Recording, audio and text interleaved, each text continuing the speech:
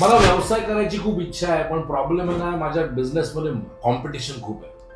आम्ही एक्सपोर्ट इंडस्ट्रीमध्ये यायचा विचार करतोय, पण अनेक लोक ऑलरेडी तो व्यवसाय करतायत. तर मग आम्ही कॉम्पिटिशन कशी मॅच करणार? एक सांगू, कॉम्पिटिशन नावाचा प्रकार नसतो. Your vibe always attracts your tribe. हा शब्द कायम लक्षात ठेवा.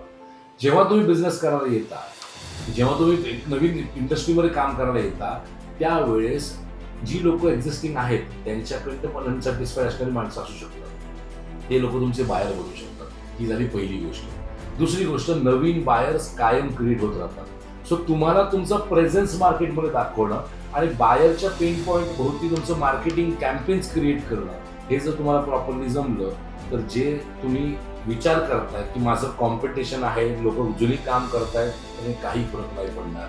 कॉम्पिटिशन नावाचा प्रकार माझ्या मते तरी धंद्यामध्ये नसतो.